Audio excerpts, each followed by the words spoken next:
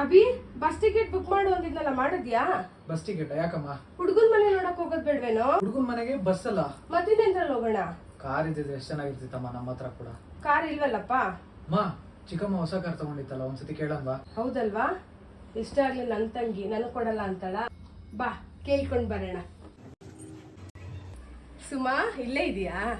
ಚೆನ್ನಾಗಿದ್ದೀರಾ ಚಿಕ್ಕಮ್ಮ? ಏನಕ್ಕ ವಿಷಯ? ಏನಿಲ್ಲ ಸುಮಾ. ಅಕ್ಕ ಒಂದ್ ನಿಮಿಷ. ಹಲೋ ರೀ, ಪಕ್ಕದ ಮನೆಯವ್ರು ಬಂದಿದ್ರು, ಎಲ್ಲೋ ಟ್ರಿಪ್ ಹೋಗ್ತಿದಾರಂತೆ ಕಾರ್ ಕೇಳ್ಕೊಂಡು. ನಾನು ನಮ್ಮ ಮನೆಯವ್ರನ್ನ ಕೇಳ್ಬಿಟ್ಟು ಹೇಳ್ತೀನಿ ಅಂತ ಹೇಳ್ದೆ. ನೀವು ನನ್ನನ್ನು ಕೇಳ್ದಿರೋ ಅವ್ರ ಕಾರೆಲ್ಲ ಕೊಡಬೇಡಿ, ಸರಿನಾ? ಸರಿ ಮಾಡ್ತೀನಿ ರೀ. ಹೇಳಕ್ಕ ಏನ್ ವಿಷಯ? ಇಲ್ಲ ಸುಮಾ, ದಿವ್ಯನ್ಗೆ ಹುಡ್ಗನ್ ನೋಡಿದೀವಲ್ಲ, ಹುಡ್ಗನ್ ಮನೆ ನೋಡ್ಕೊಂಡ್ ಬರಕ್ ಹೋಗ್ತಿದೀವಿ ಭಾನುವಾರ. ನೀನ್ ಬರ್ತೀಯೇನೋ ಅಂತ ಕರಿಯೋಣ ಅಂತ ಬಂದೆ. ಇಲ್ಲ ಅಕ್ಕ, ಭಾನುವಾರ ಒಂದ್ ಗೃಹ ಪ್ರವೇಶ ಇದೆ, ಅಲ್ಲಿ ಹೋಗ್ಬೇಕು. ನೀನ್ ಹೋಗ್ಬಿಟ್ ಬಾ. ಹೌದಾ? ಸರಿಮ್ಮ, ಹಾಗಾದ್ರೆ ನಾವ್ ಬರ್ತೀವಿ. ಸರಿ, ಹೋಗ್ಬಿಟ್ ಬನ್ನಿ.